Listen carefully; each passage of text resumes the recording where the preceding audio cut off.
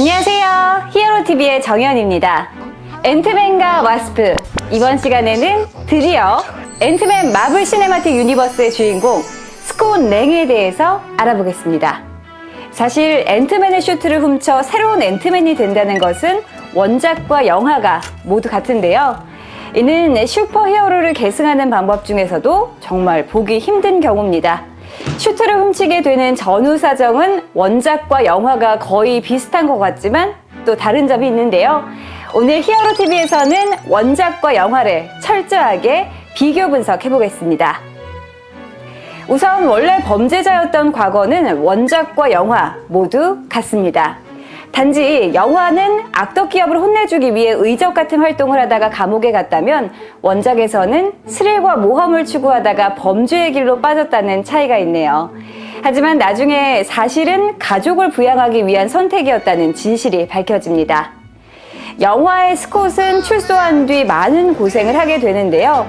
기껏 얻은 베스킨라빈스의 알바 자리에서도 과거 범죄 경력이 밝혀져 쫓겨나게 됩니다. 하지만 원작의 스콧은 무려 대기업인 스타크 인더스트리에 취직하고 토니 스타크의 신뢰를 받습니다. 나중에는 스타크 타워의 경비 시설까지 설계하게 되었죠. 이 부분을 영화에서는 조금 비틀어놨습니다. 원작에서는 토니 스타크와 처음부터 좋은 관계였는데 영화에선 적으로 만난 데다가 맨 얼굴로 처음 만났을 때에는 완전히 무시당하죠. 하지만 원작과 비슷한 부분도 있습니다. 훔쳐 입은 옷이라 그런지 처음에는 능력을 써먹지 못해 영화에서도 원작에서도 고생을 많이 하죠. 그래도 영화보다는 원작 쪽이 훨씬 안습인 모습을 보여주는데요. 무려 첫 출동에서 능력이 다 간파당하고 적에게 붙잡혀버립니다. 원작에서는 이미 앤트맨이 너무 잘 알려져 있기에 그 대책도 대부분 다 세워져 있었죠.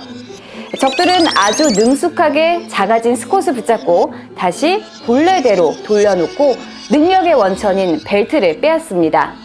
안테나만 부러뜨리고 헬멧을 벗기지 않은 것은 옛날 만화답게 어쩔 수 없는 부분이지만 앤트맨의 정체가 행크라는 게 다 알려져 있으니 굳이 벗길 필요가 없다는 생각도 있었겠죠. 하지만 원작이나 영화 모두 스콧의 가장 큰 공통점은 바로 딸을 너무나 사랑하는 딸바보라는 점입니다.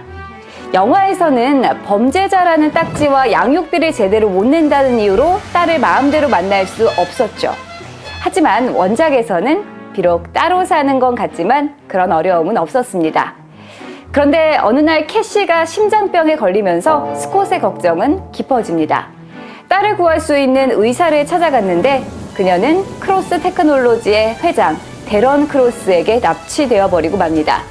영화에서도 들어보신 이름이죠. 데런 크로스가 의사를 놓아주지 않자 스콧은 크로스 테크놀로지에 쳐들어가기 위해 돈이 필요해졌습니다. 결국 다시 도둑이 된 그는 돈이 많을 것 같은 집으로 들어가는데 거기서 스콧은 뜻밖의 물건을 발견하게 됩니다. 바로 행크 핌이 입던 앤트맨 슈트였죠. 이 부분은 스콧 랭의 정체성이 걸려있는 부분인 만큼 영화에서는 더욱 세밀하게 그려집니다. 앤트맨의 슈트를 얻은 스콧은 원작에서는 딸을 구하기 위해, 영화에서는 작아지는 비밀을 가진 피입자의 악용을 막기 위해 데런 크로스의 본고지로 들어갑니다. 하지만 원작에서는 이미 경비병들까지 앤트맨에 대해 잘 알고 있었고 영화의 데런 역시 마찬가지였기에 스콧은 결국 붙잡히고 말죠. 붙잡은 스콧을 그냥 둔 영화의 데런과는 달리 원작의 데런은 아주 능숙하게 앤트맨을 무력화시킵니다. 영화와는 달리 원작에서는 아무도 도와줄 사람이 없었기에 어찌 보면 더 큰 위기였죠. 더구나 원작의 데런은 영화보다 훨씬 무시무시한 악당이었습니다.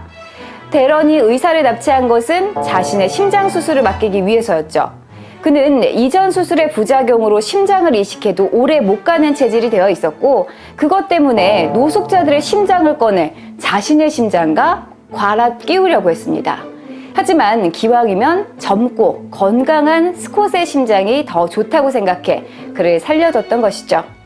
하지만 스콧은 장화 속에 예비 안테나를 숨겨와서 헬멧을 간단히 수리해 개미들을 부릅니다. 연구소에 개미 한 마리도 쉽게 들어갈 수 없었던 영화와는 달리 원작에서는 개미떼를 불러 장치도 되찾고 무사히 빠져나오는데 성공합니다. 그리고는 비로소 앤트맨의 능력을 제대로 사용해서 대런을 물리치게 됩니다. 대런은 결국 심장 발작으로 죽고 말죠.